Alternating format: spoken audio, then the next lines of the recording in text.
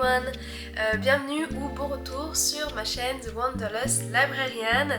Et oui, vous avez bien lu le titre de cette vidéo, j'ai fini le Pumpkin Autumn Challenge et je vais donc vous en parler. Alors pour ceux et celles qui ne connaissent pas le Pumpkin Autumn Challenge, autrement appelé le PAC, c'est un challenge lecture organisé chaque année par le Terrier de Guimauve sur Booktube, mais que vous retrouverez également sur Bookstagram.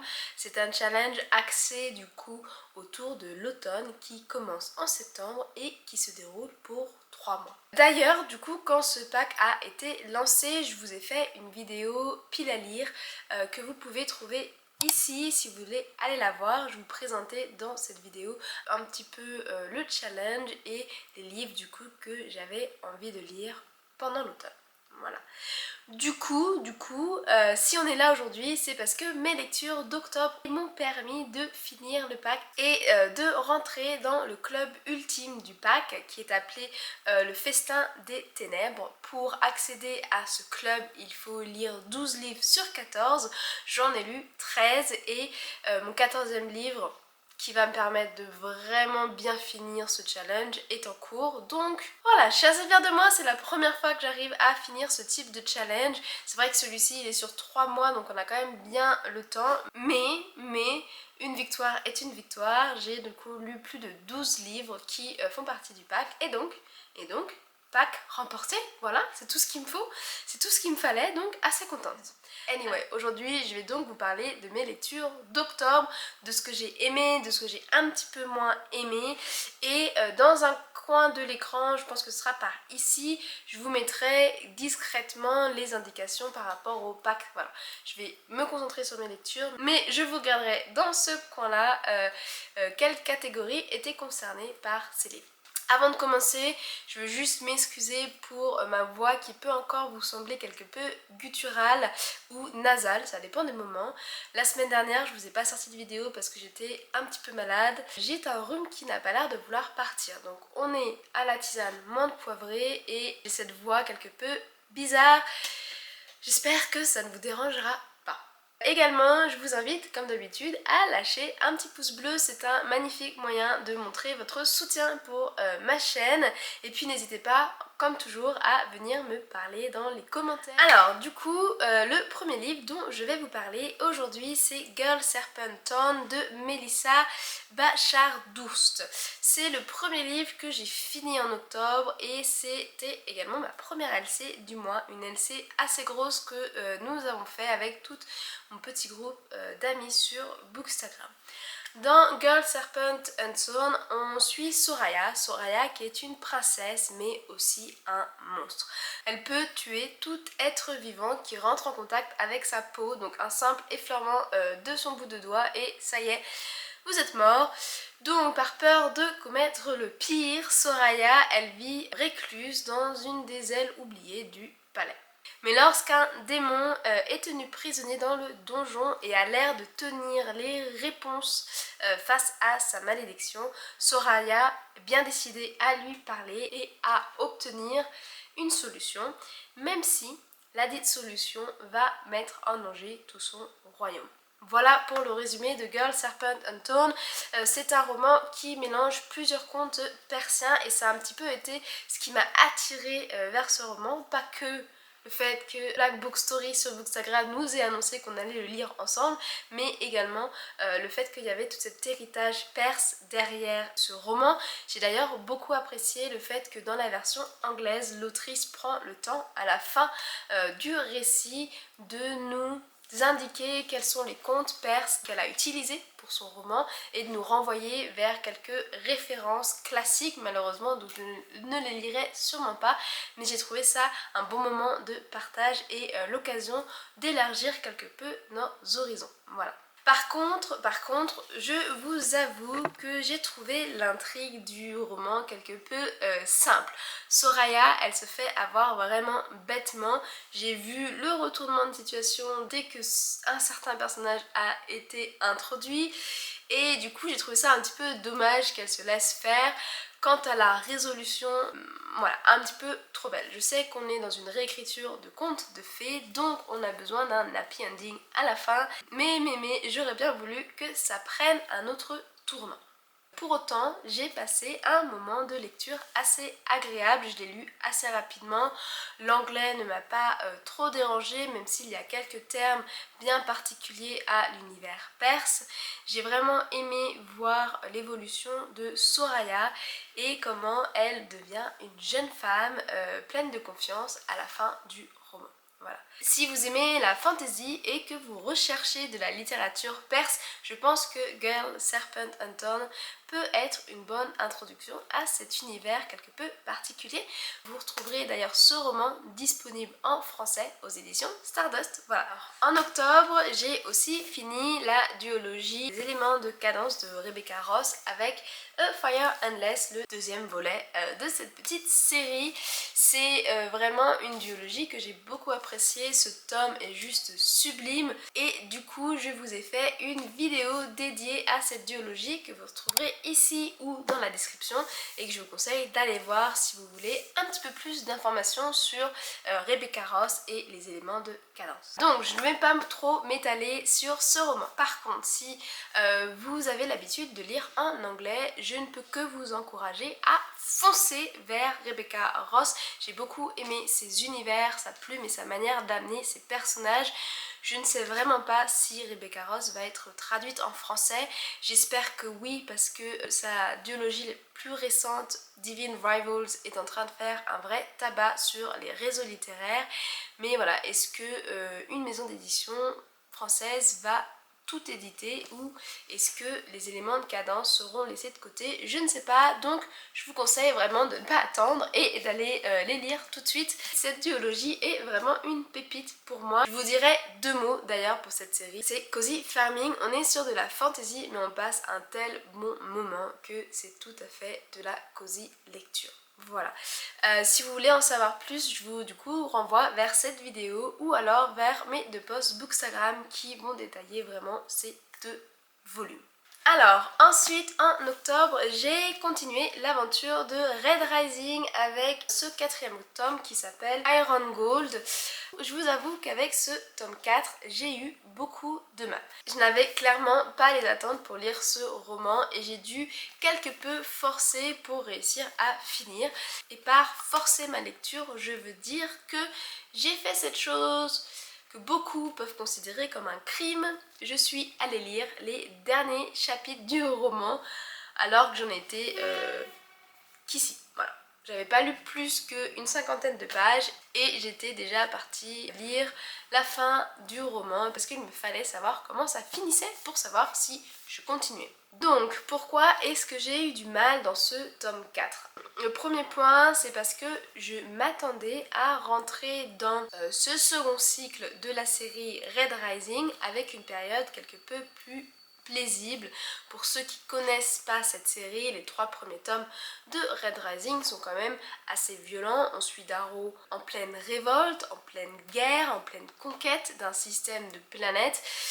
Donc voilà, je m'attendais de commencer Iron Gold dans un contexte un petit peu plus de paix et de reconstruction de la société.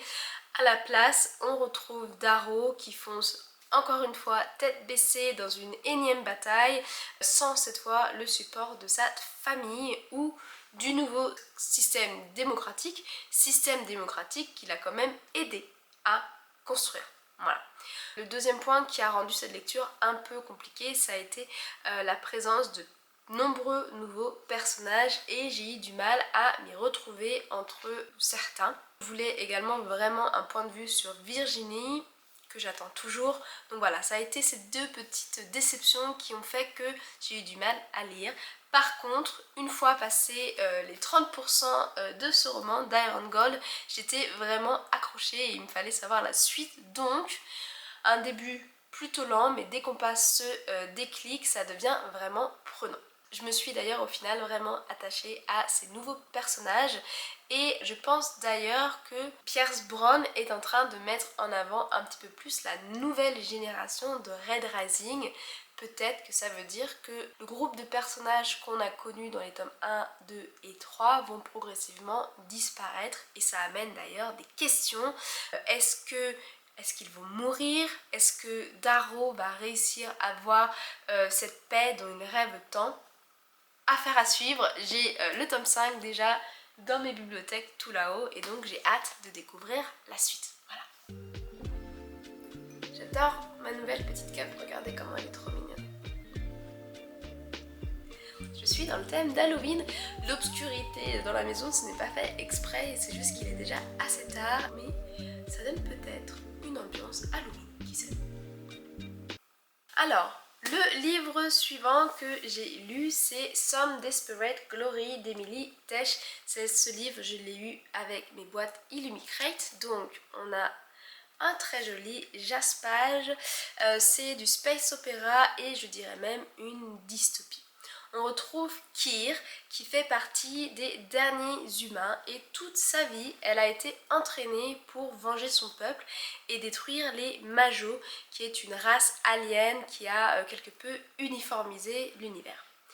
Elle est la meilleure de son groupe, le meilleur soldat possible, sauf que elle se retrouve assignée à la nourricière au lieu d'être envoyée sur le front. Et en plus de ça, son frère est envoyé en mission suicide. C'est vraiment la dernière goutte qui fait déborder le vase et Kyr va se rebeller. Si le commandement ne voit pas sa valeur en tant que soldat, eh bien elle va leur prouver le contraire. Voilà. Je vous avoue que cette lecture a été assez compliquée pour moi. Kyr est un personnage que j'ai trouvé assez antipathique, j'ai eu beaucoup de mal à l'apprécier et à l'aimer, surtout au début. Et quand je dis début, c'est la bonne première moitié du roman. Mais je suis assez contente d'avoir forcé ma lecture parce que plus on continue, plus l'intrigue prend un certain tournant philosophique auquel franchement je m'y attendais absolument pas. On a en face Kyr qui est quand même un personnage assez radicalisé et on a au final toute une réflexion sur qu'est-ce que le monde meilleur, comment déterminer que le monde dans lequel on vit est le meilleur monde possible.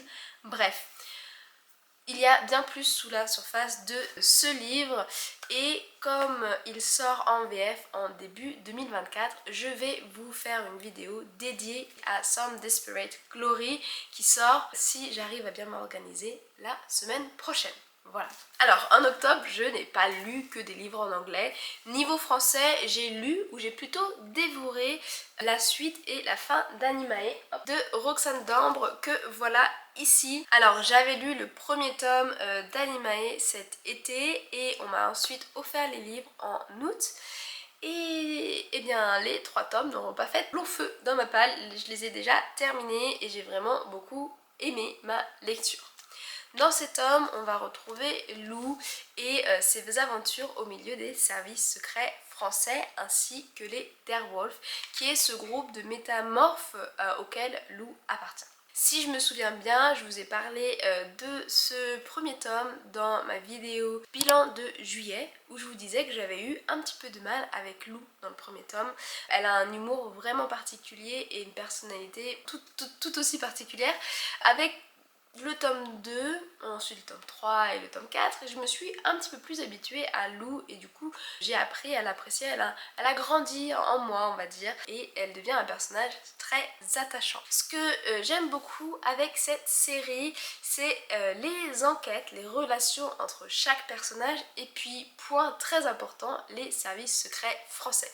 C'est ce que je vous disais dans la vidéo de juillet, c'est rare que les services secrets français soient mis à l'honneur dans de l'urban fantasy et donc ça fait plaisir de retrouver tout cet univers de Roxane Dambre. Ce que j'ai également beaucoup aimé, c'est qu'avec le tome 3, on a enfin le trait d'union entre les intrigues du tome 1 et 2 et on voit que tout est lié d'une certaine façon, qu'il y a voilà, un enjeu bien plus grand à l'œuvre et toute la série en fait traite de cet enjeu mais on le voit pas tout de suite et donc ce tome 3 d'Animae m'a fait beaucoup de bien. Le tome 4 en lui-même est une jolie résolution face à cet enjeu et une belle conclusion à l'histoire.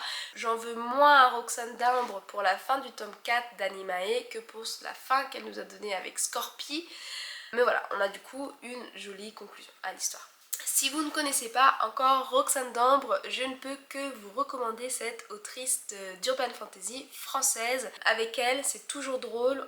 Elle sait vraiment créer des personnages attachants et des intrigues prenantes. Et puis on a aussi des univers assez addictifs. Voilà. Le prochain livre que j'ai lu, et c'est d'ailleurs une autre duologie que j'ai fini en octobre, c'est avec Our Violent Ends de Chloé Gong, le deuxième volume qui suit Ses plaisirs violents, dont je vous ai fait une grosse vidéo pareil ici si vous voulez aller voir. Our Violent Ends sort en novembre si je ne me trompe pas en édition française et très sincèrement j'ai hâte d'avoir vos avis sur cette fin de duologie. Comme on est sur un second tome, je vais pas trop vous en dire pour ne pas vous spoiler l'histoire, mais on retrouve tous les points positifs du premier tome dans ce volet et ça m'a fait voyager dans le passé et voyager à Shanghai que j'aime beaucoup. Si on retrouve tous les points positifs du premier tome, je vous avoue que Our Violent Ends n'est pas autant un coup de cœur pour moi qu'a pu l'être Ses plaisirs violents. J'aurais voulu voir un petit peu plus d'action gangster entre le clan des Scarlet et The White Flowers, donc j'imagine que ça a été traduit en les fleurs blanches. Parce que soyons honnêtes, j'ai du mal à comprendre pourquoi Juliette est l'héritière des Scarlet face à Tyler. Juliette, on la voit très rarement prendre des initiatives pour le bien du gang, on la voit pas non plus gérer les affaires du gang des Scarlet. Et puis surtout, en quoi est-elle puissante? Elle est censée être l'héritière d'un des groupes les plus puissants, mais on voit pas en fait. C'est beaucoup dit, mais ce n'est pas tant montré en quoi est-ce que Juliette est puissante et dangereuse. Voilà, j'aurais bien voulu qu'on en parle moins, mais qu'on le montre un petit peu plus dans ce dernier tome.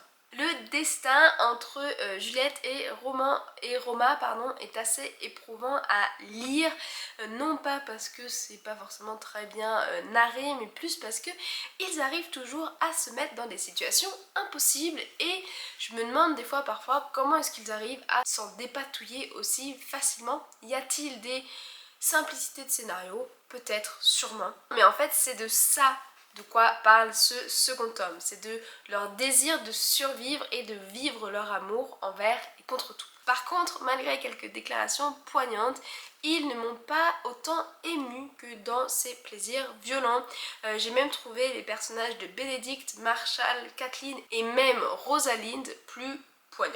Voilà. J'ai d'ailleurs hâte de lire les spin-offs sur Kathleen qu'on va retrouver en pleine guerre civile dans le camp des communistes en Chine et voilà, hâte de voir comment elle arrive à survivre et à évoluer dans ce turmoil politique en Chine. Bref, si vous espérez revoir le monstre du tome 1, il se cache quelque peu entre les pages, mais au final, le monstre de ce second tome, c'est la soif de pouvoir et l'illusion du pouvoir. Et la morale, eh bien, je dirais que la morale, c'est que même si tout est pourri, l'amour vaincra toujours. Mais peut-être que c'est plus la morale de Roméo et Juliette que de l'histoire de Chloé Gong. D'ailleurs, et c'est ma dernière note sur ce roman avant de passer à la suite, je trouve assez dommage que Chloé Gong ait utilisé ou ait voulu réécrire un conte occidental dans un contexte oriental. C'est un petit peu la critique qu'a Juliette tout au long du roman. C'est cette manière dont